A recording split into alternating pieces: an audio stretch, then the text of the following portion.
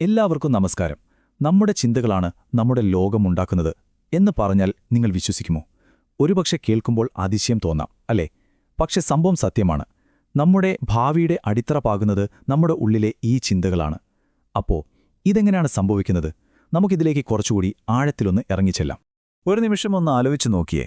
നിങ്ങളുടെ ചിന്തകൾ നിങ്ങളെയാണോ ഭരിക്കുന്നത്, അതോ നിങ്ങൾ ചിന്തകളെയാണോ ഭരിക്കുന്നത്? പലപ്പോഴും നമ്മൾ അറിയാതെ തന്നെ നമ്മുടെ ചിന്തകളുടെ ഒരു അടിമയായി പോവാറില്ലേ? എവിടെ നിന്നറിയാതെ വരുന്ന ടെൻഷൻ, ദേഷ്യം, അസൂയ, ഇതൊക്കെ നമ്മളെ കൺട്രോൾ ചെയ്യുന്ന പോലെ എപ്പോഴെങ്കിലും തോന്നിയിട്ടുണ്ടോ? ഇതാണ് നമ്മളിന്ന് സംസാരിക്കാൻ പോകുന്ന ഏറ്റവും പ്രധാനപ്പെട്ട കാര്യം. അപ്പോൾ നമ്മുടെ ഉള്ളിൽ എങ്ങനെ നിറയുന്ന ഈ നെഗറ്റീവ് ചിന്തകളെ നമുക്കൊരു വിഷപ്പുകയായിട്ടൊന്ന് സങ്കല്പിച്ചു നോക്കാം. കറുത്ത, കട്ടിയുള്ള ഒരു പുക. ആ പുക നമ്മുടെ ഉള്ളിലിങ്ങനെ നിറയുമ്പോൾ എന്ത് സംഭവിക്കും? നമുക്ക് മുന്നോട്ടുള്ള വഴി വ്യക്തമായി കാണാൻ പറ്റാതാവോ, അല്ലേ? ശരിയായ തീരുമാനങ്ങൾ എടുക്കാൻ പറ്റാതെ നമ്മൾ കുഴങ്ങിപ്പോകും. ഇത് മനസ്സിലാക്കാൻ നമുക്ക് രോഹന്റെ കഥയൊന്ന് നോക്കാം. പാവം രോഹൻ, അവൻ എപ്പോഴും സന്തോഷമായിട്ടിരിക്കണം എന്നായിരുന്നു ആഗ്രഹം. അതിനുവേണ്ടി അവൻ എന്തൊക്കെ ചെയ്തെന്നറിയാമോ? ജോലി മാറി, കൂട്ടുകാരെ മാറ്റി, സ്ഥലം വരെ മാറി നോക്കി. പുറത്തുള്ള കാര്യങ്ങളൊക്കെ മാറ്റിയാൽ സന്തോഷം കിട്ടുമെന്ന് അവൻ വിചാരിച്ചത്. പക്ഷേ ഇവിടെ പോയാലും അവൻ്റെ ഉള്ളിലെ ആ വിശപ്പുക, അതായത് അവൻ്റെ നെഗറ്റീവ് ചിന്തകൾ, അവനെ വിടാതെ കൂടെയുണ്ടായിരുന്നു. അപ്പോൾ കാര്യം സിമ്പിളാണ്. നമ്മുടെ ഉള്ളിലെ ഈ ചിന്തകളുടെ ചവറ്റുകുട്ട വൃത്തിയാക്കാതെ പുറം ലോകത്ത് പോയി സന്തോഷം തപ്പുന്നതിൽ ഒരു കാര്യവുമില്ല. വെറുതെ സമയം കളയാവുന്നേയുള്ളൂ. അപ്പോൾ ചോദ്യം ഇതാണ്: ഈ വിഷപ്പുകയിൽ നിന്ന് എങ്ങനെ രക്ഷപ്പെടാം? എങ്ങനെ നമ്മുടെ മനസ്സിനെ ക്ലിയറാക്കാം? അതിനുള്ള ഉത്തരമാണ് മാനസിക ശുദ്ധി. അതെ, നമ്മൾ പ്രശ്നത്തിൽ നിന്ന് നേരെ പരിഹാരത്തിലേക്ക് കടക്കുകയാണ്. വിചാരസ്നാനം എന്ന് കേട്ടിട്ടുണ്ടോ? പേര് കേട്ട് പേടിക്കേണ്ട, സംഭവം വളരെ സിമ്പിളാണ്. നമ്മൾ എല്ലാ ദിവസവും കുളിക്കാറില്ലേ? എന്തിനാ? ശരീരം വൃത്തിയാക്കാൻ. അതുപോലെ തന്നെ നമ്മുടെ മനസ്സിനും ഒരു കുളി വേണ്ടേ? അതാണ് ഈ വിചാരസ്നാനം. നല്ല പുസ്തകങ്ങൾ വായിക്കുക, നല്ല സംഗീതം കേൾക്കുക, പോസിറ്റീവായ കാര്യങ്ങൾ സംസാരിക്കുന്നവരുമായി കൂട്ടുകൂടുക, ഇതൊക്കെയാണ് മനസ്സിന്റെ കുളി. നമ്മൾ ബോധപൂർവം നല്ല ചിന്തകൾ കൊണ്ട് മനസ്സിനെ കഴുകി വൃത്തിയാക്കുന്ന പരിപാടി. ഇവിടെയാണ് ഏറ്റവും ഇൻട്രസ്റ്റിംഗ് ആയൊരു കാര്യം വരുന്നത്. നമ്മളിങ്ങനെ ചിന്തകളെ ശുദ്ധീകരിച്ചു കഴിഞ്ഞാൽ പിന്നെ സന്തോഷത്തിനു വേണ്ടി നമ്മൾ കഷ്ടപ്പെടേണ്ടി വരില്ല. ശരിക്കും സന്തോഷമെന്നത് നമ്മുടെ ഒരു സ്വാഭാവിക അവസ്ഥയായി മാറും. ഒരു ഡീഫോൾട്ട് സെറ്റിംഗ് പോലെ. നമ്മളൊന്നും ചെയ്തില്ലേലും നമ്മൾ ഹാപ്പിയായിരിക്കും. ഇനി നമ്മൾ ഈ ചർച്ചയുടെ ഏറ്റവും പ്രധാനപ്പെട്ട ഭാഗത്തേക്കാണ് വരുന്നത്. ഞാൻ ഈ പറയുന്ന കാര്യങ്ങളൊന്നും എൻ്റെ സ്വന്തം വാക്കുകളല്ല. പതിറ്റാണ്ടുകൾക്ക് മുൻപ് ഒരു മഹാൻ പറഞ്ഞ, ഇന്നും ഒരു തരി പോലും പ്രസക്തി കുറയാത്ത ചില അമരവാണികളാണ് ഇതിൻ്റെ എല്ലാം അടിസ്ഥാനം. നമ്മളിപ്പോൾ വിശകലനം ചെയ്യുന്ന ഈ ആശയങ്ങളുടെയെല്ലാം പ്രചോദനം ആരാണെന്നറിയാമോ?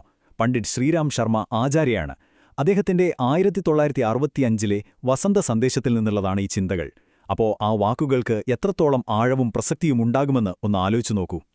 അദ്ദേഹം പറയുന്ന ആദ്യത്തെ കാര്യം ഇതാണ്: മനുഷ്യൻ അവന്റെ വിധിയുടെ സ്രഷ്ടാവ് അവനവനാണ്. കാരണം അവൻ അവന്റെ ചിന്തകളുടെ സ്രഷ്ടാവ് അവനവനാണ്.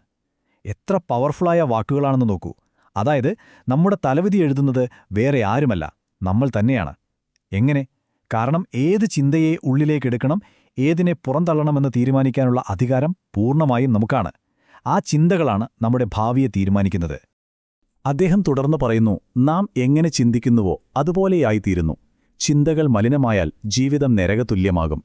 ഇത് വളരെ നേരായൊരു കാര്യമാണ്, അല്ലേ? നമ്മൾ ആരാണെന്ന് തീരുമാനിക്കുന്നത് നമ്മുടെ ചിന്തകളാണ്.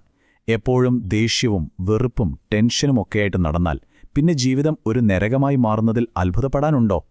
പുറത്തുള്ള സൗകര്യങ്ങളല്ല, നമ്മുടെ ഉള്ളിലെ ചിന്തകളാണ് ജീവിതത്തെ സ്വർഗവും നരകവുമാക്കുന്നത്. അപ്പോൾ എന്താണിതിനൊരു പരിഹാരം? അതും അദ്ദേഹം തന്നെ പറയുന്നുണ്ട്. നിങ്ങളുടെ ചിന്തകളെ സംസ്കരിക്കുക, അവയെ മഹത്തായ ആദർശങ്ങളുമായി ബന്ധിപ്പിക്കുക. ചിന്തകളുടെ രസതന്ത്രമാണ് ഒരു യുഗത്തെ മാറ്റുന്നതിനുള്ള ആദ്യത്തെ വ്യവസ്ഥ. അതായത് നമ്മുടെ ചിന്തകളെ ഒന്ന് ഫിൽട്ടർ ചെയ്യുക, എന്നിട്ട് സ്നേഹം, കരുണ, അറിവ് പോലെയുള്ള വലിയ ആശയങ്ങളുമായി അതിനെ കണക്ട് ചെയ്യുക. ഇങ്ങനെ നമ്മുടെ ചിന്തകളെ മാറ്റിയെടുക്കുന്നത് നമ്മളെ മാത്രമല്ല, നമുക്ക് ചുറ്റുമുള്ള ലോകത്തെയും, എന്തിന് ഒരു കാലഘട്ടത്തെ തന്നെ മാറ്റിമറിക്കാൻ ശേഷിയുള്ള ഒരു വലിയ ശക്തിയാണ്. ശരി, ഇത്രയും കാര്യങ്ങൾ നമ്മൾ കേട്ടു. ഇനി ഇതൊക്കെ എങ്ങനെ നമ്മുടെ ജീവിതത്തിൽ, ഡെയിലി ലൈഫിൽ പ്രാവർത്തികമാക്കാം എന്ന് നോക്കാം. കാരണം മാറ്റം തുടങ്ങേണ്ടത് പുറത്തല്ല, നമ്മുടെ ഓരോരുത്തരുടെയും ഉള്ളിൽ നിന്നാണ്. അപ്പോൾ ഈ ചർച്ചയിൽ നിന്ന് നമ്മൾക്ക് കിട്ടിയ പ്രധാന പോയിന്റ്സ് എന്തൊക്കെയാണ്? ഒന്നാമത്തേത്, നമ്മുടെ ചിന്തകൾ ഒരു കാന്തം പോലെയാണ്. നല്ല ചിന്തകൾ നല്ലതിനെയും, ചീത്ത ചിന്തകൾ ചീത്ത സാഹചര്യങ്ങളെയും നമ്മളിലേക്ക് ആകർഷിക്കും. രണ്ടാമത്, ദിവസവുമുള്ള മാനസിക സ്നാനം അല്ലെങ്കിൽ വിചാരസ്നാനം വളരെ പ്രധാനപ്പെട്ടതാണ്. നല്ല പുസ്തകങ്ങൾ വായിച്ചും അറിവ് നേടിയും ഇത് ചെയ്യാം. ഇങ്ങനെ ചെയ്യുമ്പോൾ എന്ത് സംഭവിക്കും? മൂന്നാമത്തെ പോയിന്റ്, സന്തോഷം നമ്മളെ തേടി വരും. നമ്മൾ സന്തോഷത്തിന്റെ പിന്നാലെ ഓടേണ്ട കാര്യമേയില്ല. അതുകൊണ്ട് ഇന്നു മുതൽ ഒരു തീരുമാനമെടുക്കുക. നിങ്ങളുടെ മനസ്സിന്റെ ഗേറ്റിലെ കാവൽക്കാർ നിങ്ങളായിരിക്കും. ഏത് ചിന്തയെ അകത്തേക്ക് വിടണം, ഏതിനെ തടഞ്ഞു നിർത്തണം എന്ന് നിങ്ങൾ തീരുമാനിക്കും. ഒരു കാര്യം ഉറപ്പാണ്, നിങ്ങളുടെ ചിന്തകളെ മാറ്റാൻ നിങ്ങൾക്ക് കഴിഞ്ഞാൽ പിന്നെ നിങ്ങളൊന്നും ചെയ്യണ്ട. നിങ്ങളുടെ ലോകം തനിയെ മാറും. ആ മാറ്റത്തിന്റെ മാന്ത്രിക താക്കോൽ ഇപ്പോൾ നിങ്ങളുടെ കയ്യിലുണ്ട്.